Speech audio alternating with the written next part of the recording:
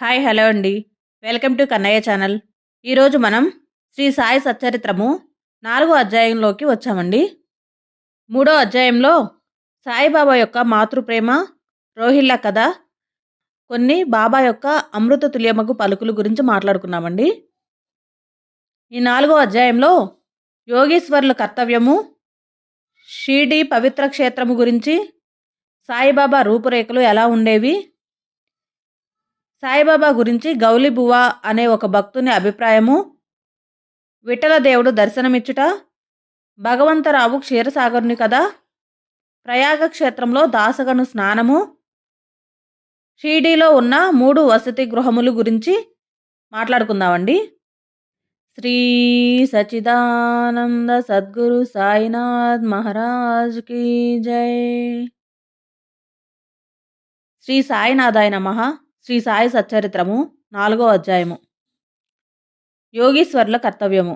భగవద్గీత చతుర్థాధ్యాయమున 7-8 శ్లోకముల యందు శ్రీకృష్ణ పరమాత్ముడు ఇట్లు సెలవిచ్చి ఉన్నారు. ధర్మము నశించునప్పుడు, అధర్మము వృద్ధి పొందినప్పుడు నేను అవతరించెదను.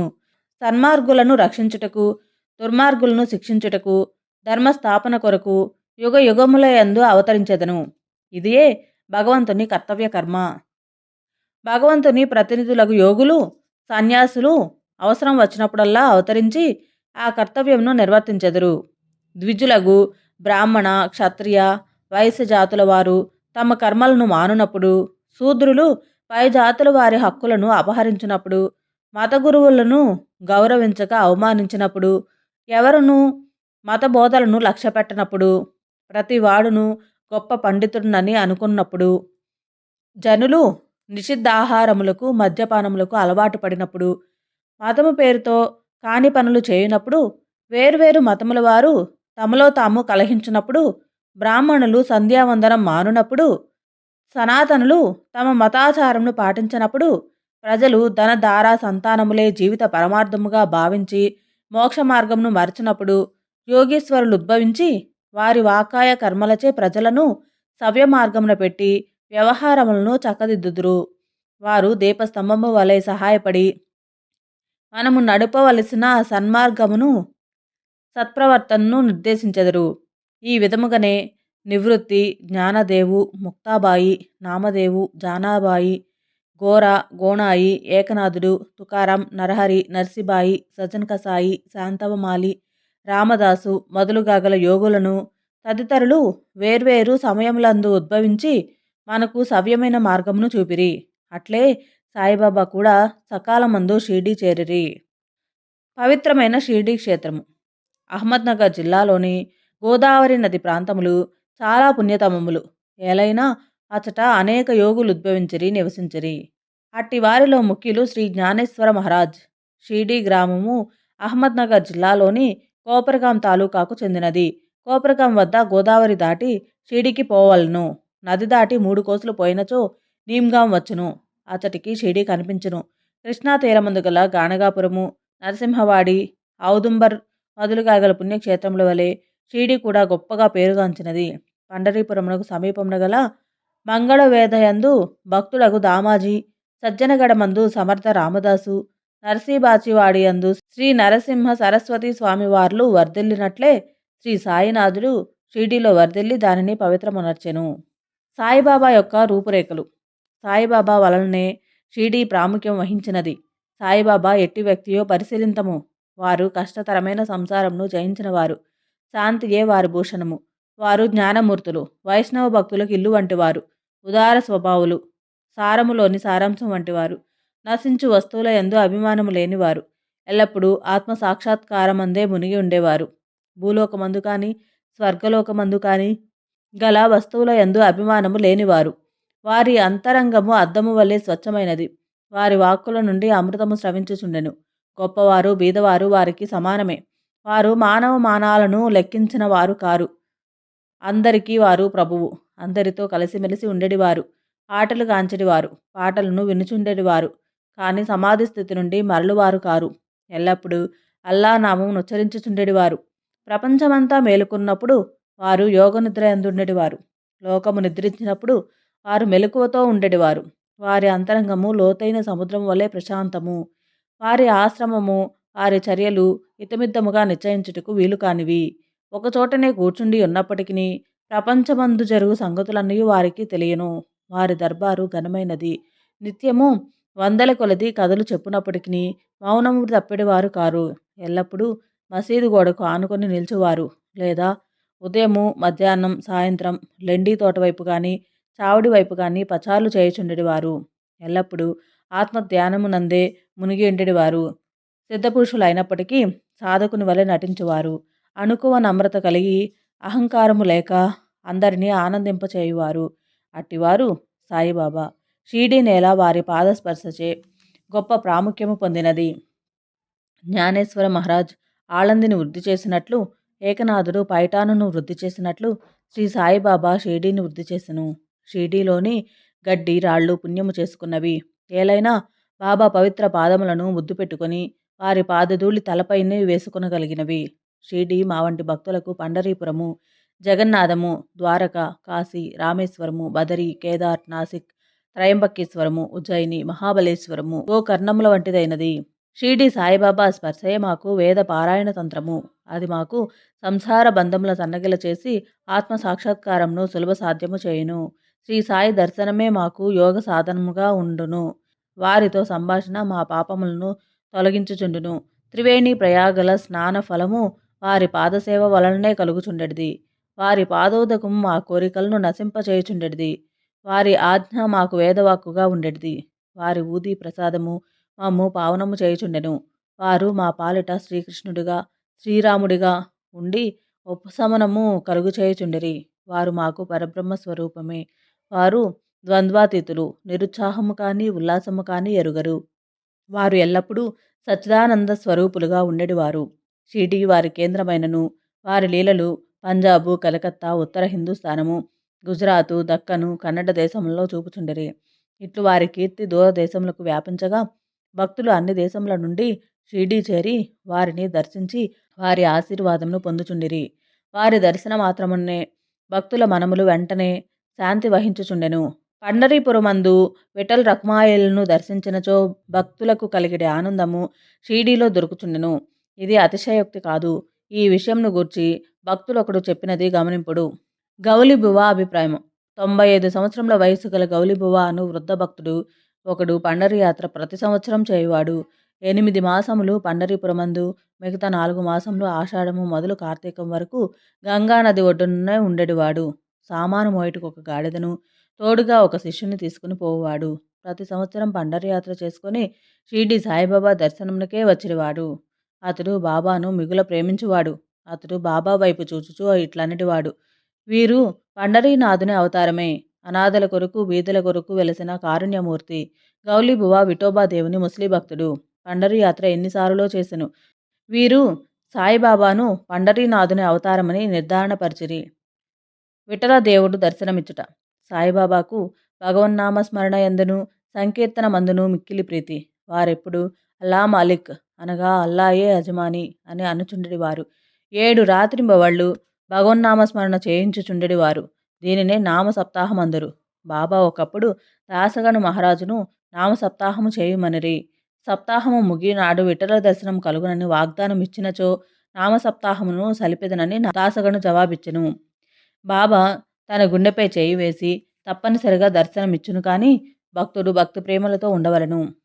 ఠాకూర్నాథ్ యొక్క ఠాకూరు పట్టణము, విఠల్ యొక్క పండలీపురమును, శ్రీకృష్ణుని ద్వారకా పట్టణమును ఇక్కడనే అనగా షిరిడీలోనే ఉన్నవి.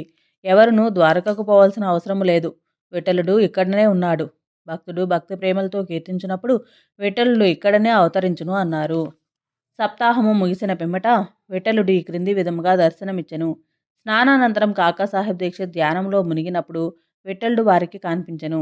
కాకా మధ్యాహ్న ఆరతి కొరకు బాబా వద్దకు పోగా తేటతెల్లముగా కాకాను బాబా ఇట్లడిగెను: విఠల్ పాటిల్ వచ్చినాడా? నీవు వానిని చూచితివా? వాడు మిక్కిలి పారుబోతు. వానిని దృఢముగా పట్టుకొనుము. ఏమాత్రము అజాగ్రత్తగా నున్నను తప్పించుకుని పారిపోవును. ఇది ఉదయము జరిగెను.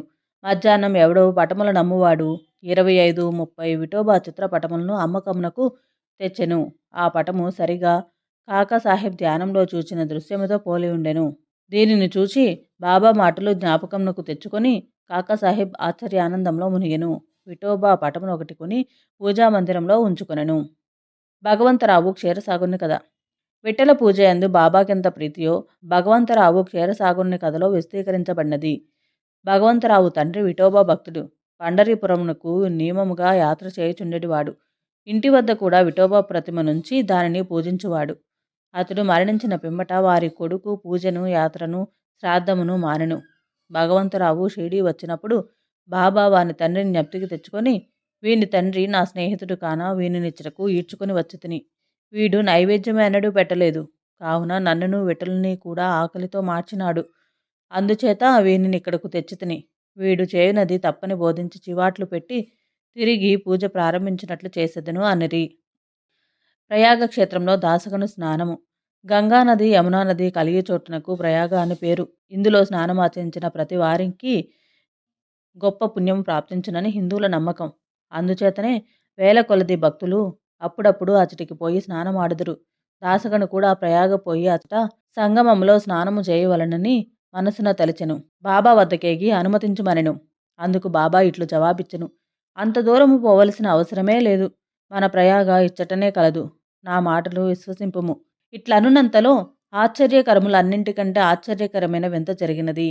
దాసగను మహారాజు బాబా పాదములపై శిరస్సు నుంచిన వెంటనే 2 పాదముల బొటన వ్రేళ్ల నుండి గంగా, యమున జలములు కాలువలుగా పారెను. ఈ చమత్కారమును చూచి దాసగను ఆశ్చర్యచకితుడయ్యెను. భక్త్యావేశాలతో మైమరిచినాడు. కన్నులు ఆనందాశ్రువులతో నిండాయి. అతని హృదయంలో ఉప్పొంగిన కవితావేశం శ్రీ సాయి లీలాగాన రూపంలో పెల్లుబికింది. బాబా అయోని సంభవుడు. షిరిడీ మొట్టమొదట ప్రవేశించుట. సాయిబాబా తల్లిదండ్రులను గూర్చి గాని, జన్మము గూర్చి గాని, జన్మస్థానమును గూర్చి గాని ఎవరికీ ఏమీయూ తెలియదు. ఎందరో పెక్కుసారులు ఈ విషయమును కనుగొంటకు ప్రయత్నించిరి. పలుసార్లు ఈ విషయముగా బాబాను ప్రశ్నించిరి. కానీ ఎట్టి సమాధానము కానీ, సమాచారము కానీ పొందకుండిరి. నామదేవు, కబీరు సామాన్య మానవుల వలె జన్మించి ఉండలేదు. ముత్యపు చిప్పలలో చిన్న పాపల వలె లభించిరి. నామదేవుడు భీమారథి నదీ తటమున గోణాయికి కనిపించెను. కబీరు భాగీరథి నదీ తటమున తమాలకు కనిపించెను. అటిదే సాయి జన్మ వృత్తాంతము. భక్తుల కొరకు బాబా 16 బాలుడిగా షిరిడీలోని వేప చెట్టు క్రింద అవతరించెను. బాబా అప్పటికే బ్రహ్మజ్ఞానిగా కాన్పించెను. బాబా స్వప్నావస్థ ఎందైనను ప్రపంచ వస్తువులను కాంక్షించడివారు కాదు. ఆయన మాయను తన్నెను. ముక్తి బాబా పాదములను సేవించుచుండెను. నానా చోప్దార్ తల్లి మిక్కిలి ముసలది. ఆమె బాబానిట్లు వర్ణించెను.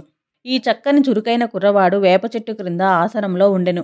శీతోష్ణములను లెక్కింపక అంతటి చిన్న కుర్రవాడు కఠిన తపం ఆచరించుట, సమాధిలో మునుగుట చూచి గ్రామస్తులు ఆశ్చర్యపడిరి. ఆ బాలుడు పగలు ఎవరితో కలిసిడివాడు కాడు. రాత్రి అందు ఎవరికీ భయపడువాడు కాడు. చూచిన వారు ఆశ్చర్య నిమగ్నులై ఈ చిన్న కుర్రవాడు ఎక్కడి నుండి వచ్చినాడని అడుగసాగిరి. అతని రూపు, ముఖలక్షణములు చాలా అందముగా ఉండెను. చూచిన వారెల్లరూ ఒక్కసారిగా ముగ్ధులగుచుండిరి. ఆయన ఎవరి ఇంటికి పోకుండెను. ఎల్లప్పుడూ వేప చెట్టు క్రిందనే కూర్చొనివాడు. పైకి చిన్న బాలుని వలె కనిపించినప్పటికీ చేతలను బట్టి చూడగా నిజముగా మహానుభావుడే. నిర్వ్యామోహము రూపుదాల్చిన అతని గూర్చి ఎవరికీ ఏమీ తెలియకుండెను. ఒకనాడు ఖండోబా దేవుడొకడిని ఆవేశించగా ఈ బాలుడు ఎవరై ఉండునని ప్రశ్నించిరి. వాని తల్లిదండ్రులు ఎవరని, ఎచ్చటి నుండి వచ్చినారని అడిగిరి. ఆ ఖండోబా గణము ఒక స్థలమును చూపి గడ్డపారను తీసుకుని వచ్చి అచట త్రవ్వుమనెను. అట్లు త్రవ్వగా అందులో కొన్ని ఇటుకలు, వాని ఎగువ వెడల్పు రాయి ఒకటి కనిపించెను. ఆ బండను తొలగించగా క్రిందనొక సందు కనిపించెను. అచట 4 దీపములు వెలుగుచుండెను. ఆ సొరంగము ద్వారా ముందుకు పోగా అచట ఒక భూగృహము కనిపించెను. అందులో గోముఖ నిర్మాణములు, కర్రబల్లలు, జపమాలలు కనిపించెను. అందులో ఈ బాలుడు అచట 12 సంవత్సరములు తపస్సును అభ్యసించనని ఖండోబా చెప్పెను. పిమ్మట కుర్రవాణి ఈ విషయములు ప్రశ్నించగా వారలను మరపించుచు అది తన గురుస్థానమనియు వారి సమాధి అచట కలదు కావున దానిని కాపాడవలననియూ చెప్పెను. వెంటనే దానిని ఎప్పటి వలె మూసివేసిరి. అశ్వత్థ ఉదుంబర వృక్షము వలె ఈ వేప చెట్టును పవిత్రముగా చూచుకొనుచు బాబా ప్రేమించువారు. మహల్సాపతి తదితర షిరిడీలోని భక్తులు దీనిని బాబా యొక్క గురువుగారి సమాధి స్థానమని భావించి సాష్టాంగ నమస్కారములు చేసెదరు. 3 వసతి గృహములు, వేప చెట్టును, దాని చుట్టూనున్న స్థలమును హరివినాయక సాటే అనువాడు కొని సాటేవాడ అను ఒక పెద్ద వసతి గృహమును కట్టించెను. అప్పట్లో షిరిడీకి పోయిన భక్తమండలికి ఇది ఒక్కటే నివాస స్థలము. వేప చెట్టు చుట్టూ ఎత్తుగా అరుగు కట్టిరి. మెట్లు నిర్మించిరి. మెట్ల దిగువన ఒక గూడు వంటిది కలదు. భక్తులు మండపముపై ఉత్తరాభిముఖముగా కూర్చొనెదరు. ఎవరు ఇచ్చట గురు శుక్రవారములు ధూపము వేసెదరో వారు బాబా కృప వల్ల సంతోషముతో ఉండెదరు. ఈ వాడ చాలా పురాతనమైనది కావున మరమ్మతుకు సిద్ధముగా ఉండెను. తగిన మార్పులు, మరమ్మతులు సంస్థానము వారు చేసిరి. కొన్ని సంవత్సరముల పిమ్మట దీక్షిత్ వాడ అను పేరు ఇంకొక వసతి గృహము కట్టబడినది. న్యాయవాది అయిన కాకాసాహెబ్ దీక్షిత్ ఇంగ్లండుకు పోయెను. అచట రైలు ప్రమాదమున కాలు కుంటుపడెను. అది ఎంత ప్రయత్నించినను బాగు కాలేదు.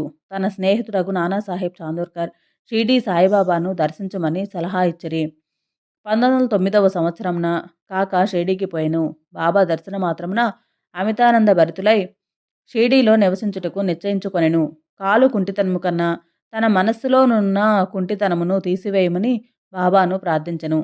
తన కొరకును ఇతర భక్తుల కొరకును పనికి వచ్చినట్లు ఒక వాడాను నిర్మించెను. 10వ తారీఖు 12 నెల 1910వ సంవత్సరం ఈ వాడ కట్టుటకు పునాది వేసిరి. ఆనాడే 2 ముఖ్యమైన సంఘటనలు జరిగెను. దాదాసాహెబ్ కాపటేకు తన ఇంటికి పోవుటకు బాబా సమ్మతి దొరికెను. చావడిలో సేజ్ హారతి ప్రారంభమైను. అనగా రాత్రి హారతి ప్రారంభమైను. దీక్షిత్ వాడ పూర్తి కాగానే 1911వ సంవత్సరంలో శ్రీరామనవమి సమయమందు శాస్త్రోక్తముగా గృహప్రవేశము జరిపిరి. తరువాత కోటీశ్వరుడును నాగపూర్ నివాసియగు బోటి మరి ఒక పెద్ద రాతిమేడను నిర్మించెను. అతడు చాలా ద్రవ్యము దీని కొరకు వెచ్చించెను. వెచ్చించిన ద్రవ్యమంతయు నిజమునకు సార్థకమయ్యెను. ఏలైనా బాబాగారి భౌతిక శరీరం అందులో సమాధి చేయబడినది. దీనినే సమాధి మందిరం అందురు. ఈ స్థలములో మొట్టమొదట పూలతోట ఉండెను. ఆ తోటలో బాబాయే తోటమాలిగా మొక్కలకు నీళ్లు పోయుట మొదలగునవి చేసేవారు. ఇట్లు 3 వాడాలు అనగా 3 వసతి గృహములు కట్టబడెను. అంతకుముందు ఇచ్చట ఒక్క వసతి గృహము కూడా లేకుండెను. అన్నిటికంటే సాటేవాడ మొదటి రోజుల్లో అందరికీ చాలా ఉపకరించుచుండెను. 4వ అధ్యాయం సంపూర్ణము. సద్గురు శ్రీ సాయినాథార్పణమస్తు. శుభం భవతు. శ్రీ సచ్చిదానంద సద్గురు సాయినాథ్ మహారాజ్ కీ జై. ఈ వీడియో కనుక మీకు నచ్చినట్లయితే లైక్ చేసి, షేర్ చేసి, సబ్స్క్రైబ్ చేయండి. Thank you.